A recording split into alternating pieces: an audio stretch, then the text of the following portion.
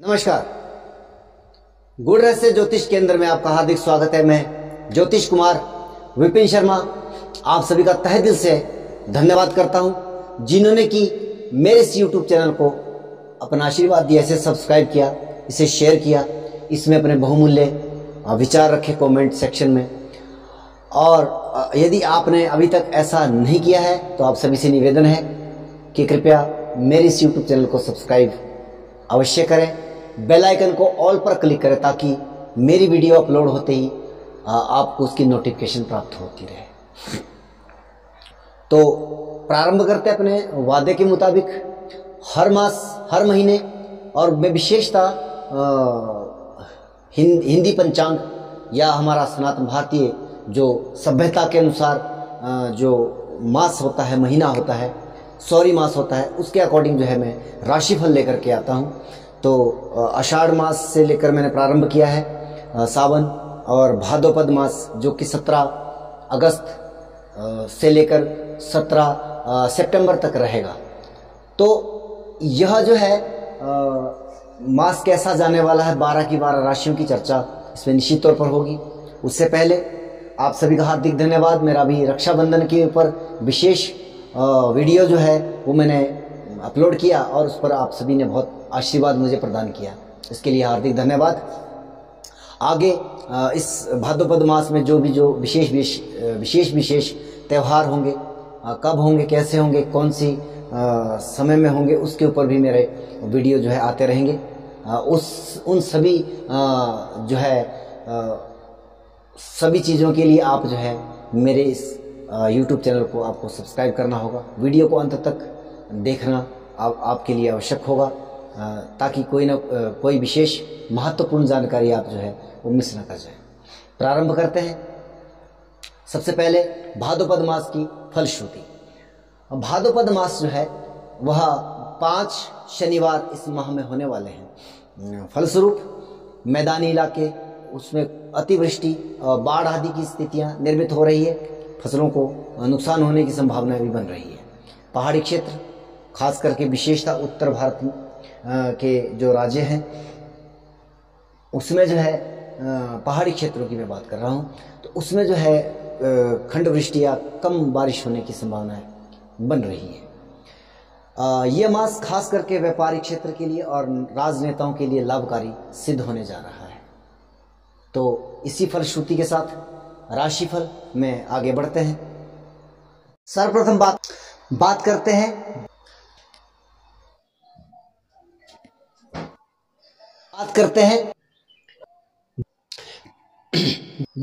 मकर राशि की। यदि आपकी जन्मकालीन कुंडली में चंद्रमा आपका 10 नंबर पर है तो आपकी मकर राशि है। सबसे पहले भाद्रपद मास ग्रहीय गोचर आपका कैसा रहने वाला है, तो सबसे पहले लग्नेश पर स्वयं लग्नेश का गोचर चल रहा है वर्तमान स्थिति में। वक्री अवस्था में भी शनिदेव यहां पर रहेंगे, विराजित रहेंगे। तीसरे भाव में तृतीयेश आपके गुरुदेव द्वादशेश भी हैं, वक्री अवस्था में वह भी संचार करेंगे।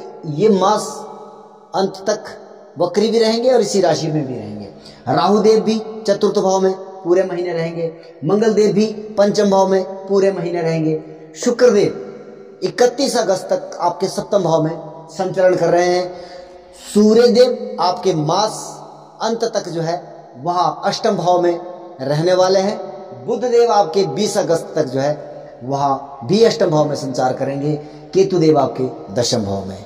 बात करते हैं कर्मकारक शनिदेव की राशि, और वह भी शनिदेव राशिगत हैं, वक्री अवस्था में है। कहीं ना कहीं लग्नेश का लगन भाव पर वक्री होना उत्तम स्वास्थ्य की तरफ बात करता है। लेकिन जब मैं आपके व्यवसायिक या उस व्यवस्था की ओर दृष्टि डाल रहा हूं तो दशम भाव में केतुदेव का संचरण कहीं ना कहीं ख्याली पलाव या इस तरह के कहीं ना कहीं काम से मन हटना या काम को छोड़ने की प्रवृत्ति आपकी बनी जा रही है।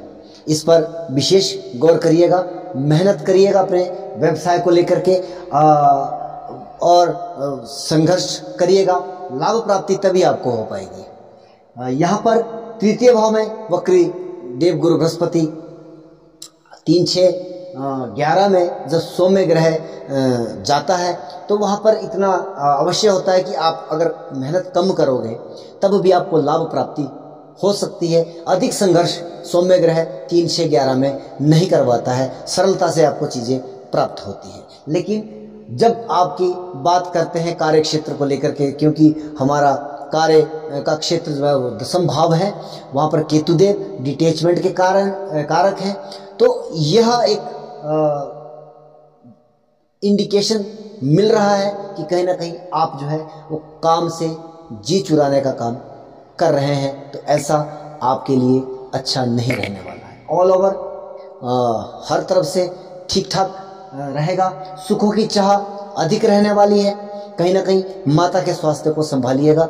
मन की प्रवृत्ति, मन में उद्वेग, उन चीज़ों को आपको संभालना होगा। 4th भाव में राहु है, मन में कुरीतियाँ, मन में कुविचार आदि उसको पनपने ना दे। 5th भाव में चतुर्थेश लाभेश मंगलदेव 5th भाव में है। कहीं ना कहीं बुद्धि के साथ साथ क्रोध का संचारण और शिक्षा के क्षेत्र में भी कुछ जो है वो प्रॉब्लम या संतति आदि के लिए भी कहीं ना कहीं ये प्रॉब्लमेटिक स्थितियां निर्मित कर रहा है मंगलदेव का संचरण। दूसरी बात कि पंचमेश शुक्र 7th भाव में 31 अगस्त तक, जैसे कि मैंने पहले कहा 31 अगस्त तक, हाँ यहाँ पर कहीं ना कहीं जब तक मंगल देवा के 5th भाव में है तो आपको वहाँ पर अगर आप रिलेशनशिप में, प्रेम संबंधों में हैं तो उन चीज़ों को थोड़ा सा संभालिएगा। वहाँ पर कुछ नकारात्मक या कुछ आपके अपोजिट जो है वो प्रॉब्लम दिखाई दे रही है। तो यहाँ पर 31 अगस्त तक जो है आपको नहीं बल्कि मास पूरा ही, क्योंकि मंगल देवता पूरी तरह से यहाँ पर रहेंगे, वो तो शुक्रदेव का संचरण होगा।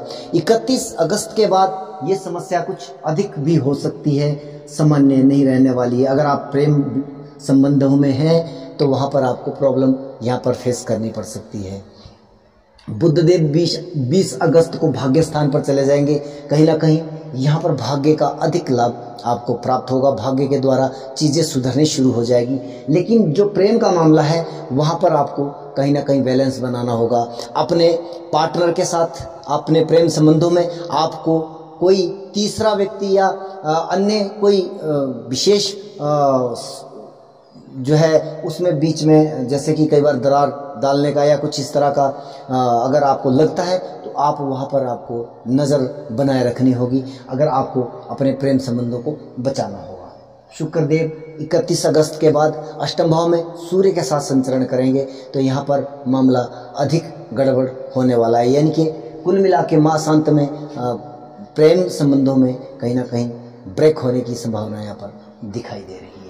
भाग्य का सहारा मिलेगा निश्चित तौर पर यहाँ पर, क्योंकि मासांत तक 20 अगस्त के बाद मासांत तक जो है बुधदेव यहाँ पर व्यवसायिक गतिविधियों में भी आपको लाभ प्राप्ति की संभावना यहाँ पर दिखाई दे रही है। बात करते हैं कुंभ राशि की। कुंभ राशि, अगर चंद्रमा नेटल चार्ट में आपके जन्मकालीन कुंडली में कुंभ राशि में आपका चंद्रमा है तो आपकी राशि कुंभ है, 11 नंबर पर अगर है।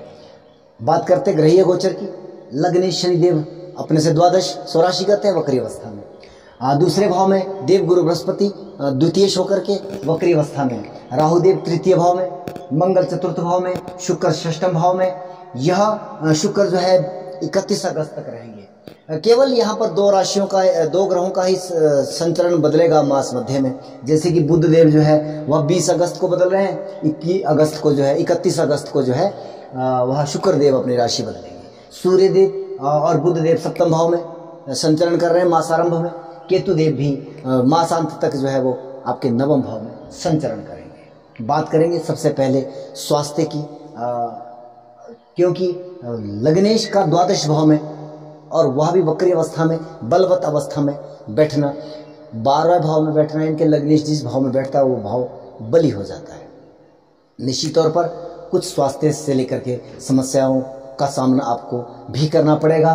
4th भाव में मंगल है, 3य होकर के बैठा है तो कहीं ना कहीं मन मन में जो है उद्वेग वाली स्थिति या क्रोध उत्पन्न होने वाली स्थिति या मानसिक विकार होने की संभावनाओं के साथ साथ माता के स्वास्थ्य को लेकर के भी कहीं ना कहीं चिंता बनी हुई है। तो आप इन चीज़ों का मेडिकल जांच वगैरह अगर दशाएं अंतरदशाएं अनुकूल नहीं है तो फिर ये समस्याएं बड़ी भी हो सकती है, अन्यथा फिर इसको सामान्य समझिएगा। दूसरे भाव में गुरुदेव द्वितीय वक्री अवस्था में, बलवत अवस्था में, हालांकि धन लाभ की संभावनाओं को इनकार नहीं किया जा सकता, निश्चित तौर पर अच्छा करेंगे, बहुत बेहतर कार्य करेंगे। तीसरे भाव में राहु देव का संचरण, कहीं ना कहीं मेहनत अधिक करेंगे तब अधिक लाभ प्राप्ति हो सकती है। शुक्र देव छठे भाव से संचरण कर रहे हैं।